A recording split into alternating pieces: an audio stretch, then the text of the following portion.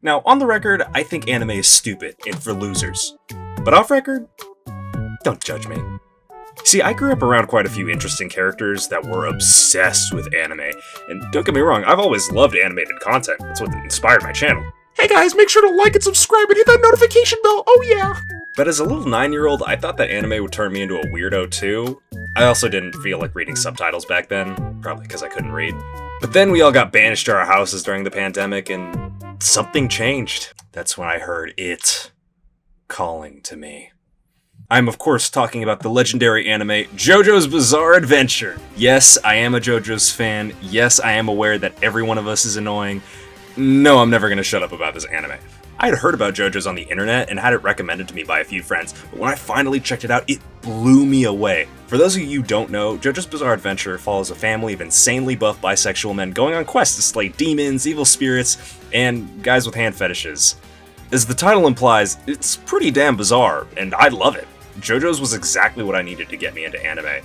It's so damn flashy and cool, but it's also incredibly creative, and it'll draw you into every aspect of its world.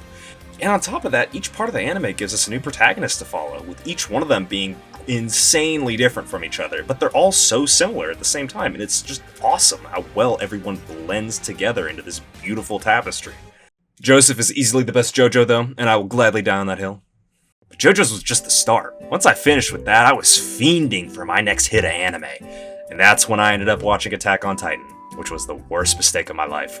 Attack on Titan, to me at least, is perfect. No complaints. It's a 10 out of 10 masterpiece. But when the second anime that you watch is the greatest piece of media you've ever consumed, your life gets a little boring, I'm not gonna lie.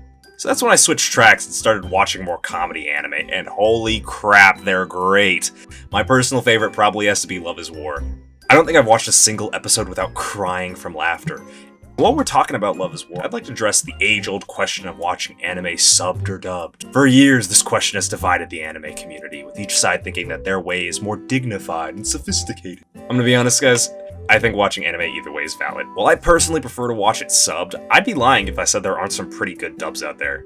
In Love is War, for example, the two different versions of the show keep the same plot points, but each version of the show has tons of differences in the dialogue and jokes. Because of this, you could go through both of them and get completely unique and awesome experiences out of it. Same thing with JoJo's. You wanna know why Joseph is my favorite JoJo? Because I watched him dubbed. And the English actor kills it with a performance that feels very close with their Japanese counterpart, but in a unique and crazy way that I feel is better suited to the character. You'll find this happens in tons of anime, which is why I don't feel it's fair to judge people for watching things subbed or dubbed. Yeah, sure, there's definitely a lot of bad dubs out there, but when the performance does hit, it's gonna hit. And besides, at the end of the day, all that really matters is that you understand what you're watching and that you enjoy it. Anyways, these are just a few of the thoughts that I have on anime. I still think it's for losers, but I'm proud to be a loser with the rest of the gang.